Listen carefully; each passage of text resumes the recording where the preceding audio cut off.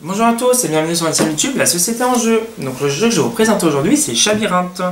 Chabyrinthe qui est un jeu qui est sorti il y a pas mal de temps, il est sorti en 2007 et il a été réédité maintes et maintes fois depuis, en changeant à chaque édition son aspect graphique. Donc Chabyrinthe dans cette version là a été édité par Cocktail Games. Dans un format métallique, petit format donc bien pratique. Donc c'est un jeu qui se joue de 2 à 4 joueurs, pour des joueurs de 8 ans et plus, et pour des parties avoisinant les 20-25 minutes. Le but de Chabyrinthe, comme l'indique l'image de la boîte, c'est de ramener les petits chats qui se baladent sur les gouttières. Les gouttières de Londres en fait, les gouttières de Paris, donc du coup je ne sais pas, bon les gouttières d'une ville on va dire, directement leur propriétaire. Voilà, donc on va devoir frayer un chemin aux différents chats pour qu'ils puissent retrouver un lieu paisible où dormir. Donc, comment se compose une boîte de Chabyrinthe? Il y a 3 éléments à prendre en compte dans cette boîte. Nous avons les cartes foyer, nous en avons 2, donc une petite fille et un vieux papy. Donc que vous choisissez l'un ou l'autre, du coup ça n'aura pas d'importance, je vais vous expliquer un petit peu plus tard comment ça se passe. Nous avons plusieurs cartes chats. Les cartes chats qui sont ici, voilà, si la plupart étaient visibles ça serait mieux. Voilà, donc différentes cartes chats avec des valeurs ici. Donc du coup ici les valeurs vont de 3 à 5, donc forcément ceux qui sont à 5 points ont plus de valeurs. Je retiens votre attention sur l'aspect graphique qui est quand même assez mignon. Je trouve que les chats sont super bien faits, assez mignons, assez choupinets, avec pas mal d'humour. Donc c'est vrai que j'aime beaucoup de ce côté-là Chabyrinthe. Je trouve qu'ils ont fait un effort graphique assez sympa. Voilà, il y a pas mal d'humour. A contrario, c'est vrai que l'aspect des cartes gouttières sont moyennes. Voilà, disons des cartes gouttières. C'est bon, tu aurais pu faire un petit peu plus d'effort. Alors c'est sobre, voilà, il y a des petites étoiles, je pense que voilà, ils se baladent la nuit, les chats. Mais bon, c'est sobre, ils auraient pu faire un petit peu plus de fun au niveau des cartes gouttières. Donc comment ça se passe? On va en fait disposer les cartes gouttières sur un carré de 4 sur 4, ce qui nous fait donc 16 cartes. Du coup, je vais vous montrer un exemple de présentation de début de partie. Comme ceci. Bon. J'essaie de faire quelque chose d'assez varié, du coup, pour que vous puissiez voir un petit peu toutes les possibilités du jeu. Donc on est sur 3 ici, 4. Et du coup, comme ceci. Voilà. J'essaie de faire à peu près. Vous voyez, c'est un petit peu le bordel au niveau des tuyaux. Ça part un petit peu dans tous les sens. Et toutes les cartes restantes restent dans une réserve commune. Donc nous allons placer tout d'abord les cartes foyer. Donc les cartes foyer se jouent uniquement sur les extrémités du plateau. Donc il n'y a que 4 possibilités. Et du coup on les place au niveau des coudées. Ce qu'on appelle des coudées sont les cartes gouttières du coup qui forment ici, qui forment un arc de cercle. Voilà, ici c'est une coudée. Donc on va placer une ici et une ici. Voilà. Et on va prendre du coup 2 chats au hasard de la pile. Voilà, une de valeur 3 et une de valeur 4. Voilà, du coup qu'on va placer comme on veut des 2 autres côtés du carré en fait. Comment se passe une partie de Chabyrinthe? Alors c'est assez simple. Donc 2 actions possibles et 2 différentes. C'est-à-dire qu'on joue 2 actions par tour et on peut choisir entre les 2 actions. Soit on réalise les mêmes, soit on réalise 2 différentes. Soit on n'en réalise qu'une, on n'est pas obligé de forcément faire les 2. La première action possible, et c'est celle que vous allez utiliser dans 90% des cas, c'est de faire pivoter une carte gouttière d'un quart de cercle.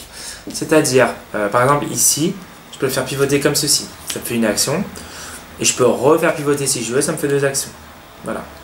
Je peux très bien aussi pivoter une comme ceci et une comme ceci. Voilà, ça me fait 2 cartes. On échange 2 cartes différentes. On n'est pas obligé de retourner la même. Donc ça, c'est la première action possible. La seconde, c'est en fait de supprimer, enlever temporairement une carte pour la remplacer par une carte de la réserve. Donc je peux très bien décider d'enlever celle-ci pour mettre celle-ci. Voilà, ça c'est possible. Du coup celle-ci je l'enlève et je la remets en dessous. Voilà, donc du coup on va jouer comme ça alternativement et on va essayer au maximum de relier les chats à leurs différents propriétaires.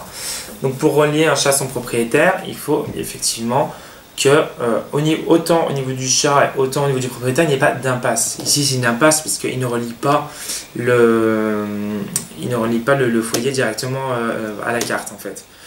La coudée en fait bloque l'accès. Par contre voilà, ça c'est typiquement ici ça fonctionne. Hein. Vous voyez, le tuyau il passe directement dans le foyer, et là ça fonctionne également. Je vous fais un exemple tout simple, hein, voilà, histoire de vous montrer comment ça peut éventuellement fonctionner. Hein, voilà. Hop. Imaginons que on a, à force de tourner, modifier, retourner, mélanger les cartes et tout, on arrive à ce genre de choses, ça fonctionne. Voilà, il y a une ligne droite. Voilà, alors bien sûr il peut y avoir des ramifications, hein, donc ça fonctionne. Vous verrez que dans certaines cartes, comme ceci par exemple, il y a un chemin.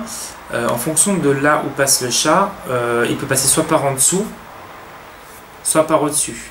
Du coup, bien faire attention. Si on suit ce chemin-là, il va passer au-dessus, puisqu'il suit la ligne.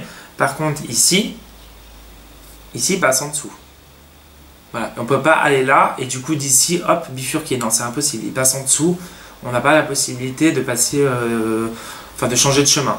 Il faut bien suivre les lignes et faire attention quand il y a des croisements. Du coup, on ne passe pas forcément dans le même tuyau.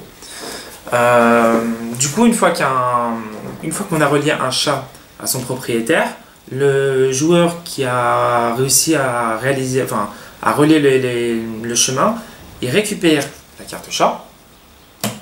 Du coup, il va déplacer le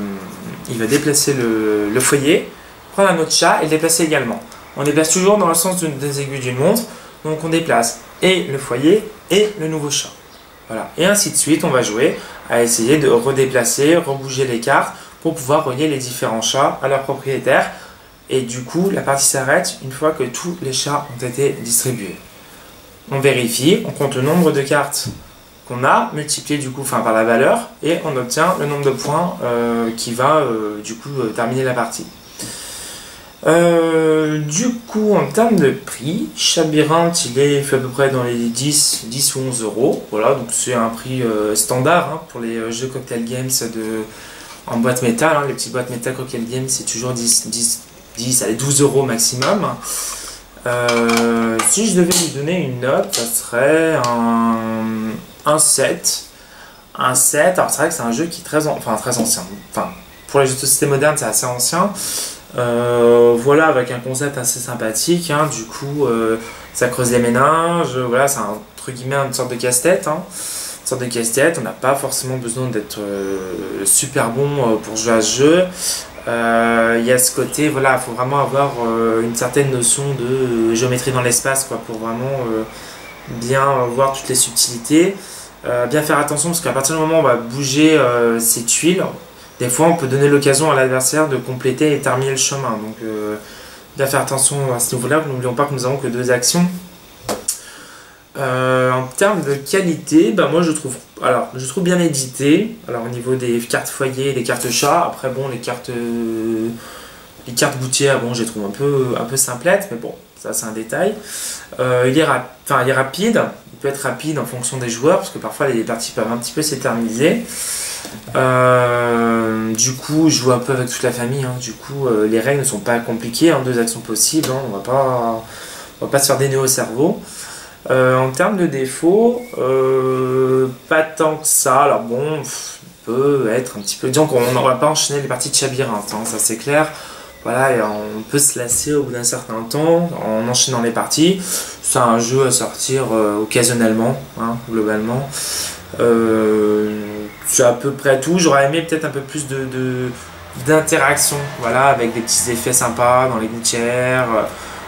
J'ai pas forcément d'idée, mais voilà, des petits effets qui puissent modifier un peu le cours du jeu. Là, c'est vrai que toutes les cartes sont identiques, si ce n'est le chemin qui est à prendre. Voilà, c'est tout. Mais concrètement, c'est un bon jeu. Voilà, si vous avez un achat à faire, pas trop cher, à offrir, hein, n'hésitez pas, Chabyrinthe, c'est un bon parti. Hein, voilà. Mais écoutez, c'est à peu près tout ce que je peux vous dire sur Chabyrinthe. N'hésitez pas à commenter ma vidéo, mettre un petit like, vous abonner à ma chaîne, et puis à la dans une prochaine vidéo. Salut!